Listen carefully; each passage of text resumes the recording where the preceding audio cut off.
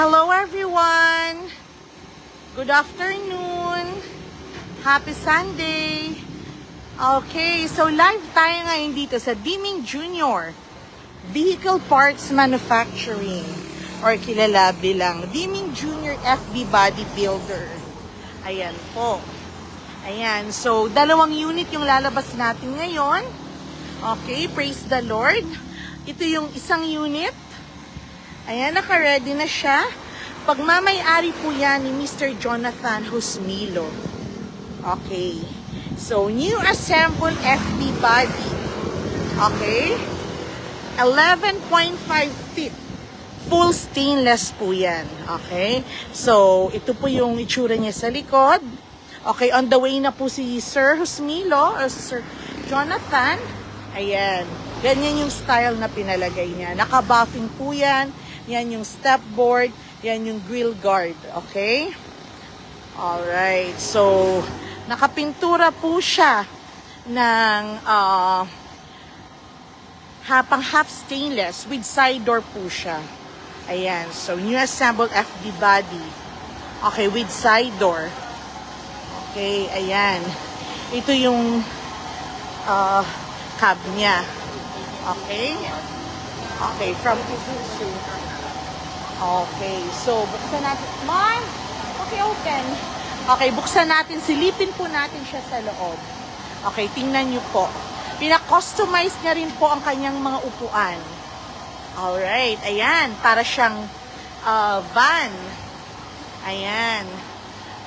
Yan. Ganito yung itsura ng FD body niya sa loob. Okay, actually po siya yung bumili ng mga upuan. Galing po ito sa kanila. At kinabit na lang po namin. Okay, so nakatinted na siya, naka-upholstery. Okay, so yan yung unit ni Sir Jonathan. See you, sir. Okay. Alright, so may another na lalabas din ngayon. Okay. So ayan, yan yung mga gawa natin. May mga for sale din tayo na kaha. Okay? Okay, yan po. Yung pangalawa naman ngayon ay pagmamay-ari ni Sir Apolonio. Ayan. So, live tayo ngayon. Pagmamay-ari ni Sir Apolonio. Okay, actually, sina Sir.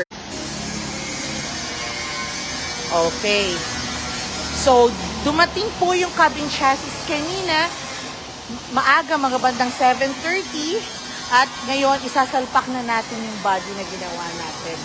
Okay, ayan. So, may sukat na po kami sa unit ni Sir. Ginawa muna namin yung body. 6 to 8 weeks after namin magawa yung body, ilalagay na po. Isasalpak po sa unit for 1 day lang po. Kaya, habang ginagawa yung body, pwede po natin gamitin yung unit. Okay? Silipin po natin sa loob. Ayan. Okay, ito naman po ay 3/4 stainless. Okay, ayan. Nililinis na nila. Nire-ready. Meron siyang 2 grill guard. Nakabatik po sa loob. Walang tambol po yung kanyang flooring. Ayan. Okay. So, ayan. So, yan yung mga lalabas natin ngayon. Praise the Lord. Okay, so sa gustong magpagawa dyan sa Diming Junior, punta na po kayo. Okay, sigurado ang gawa, presyong abot kaya. Okay, so ayan. Ayan po. Ayan, yung mga gawa natin. Alright, at yun, may customer din tayo ngayon na nag-i-inquire. Ang pinapagawa naman nila ay Isuzu Travis na full stainless. Kakagaling lang daw nila sa kasa. Okay? Ayan sila. Ma'am, hi lang po. Hi live po. Baka makita kayo ni Sir. Oo. Ayun. Sir, hi po. Ayan. At si Sir din. Ayan. Yan po. Ayan. Live po tayo.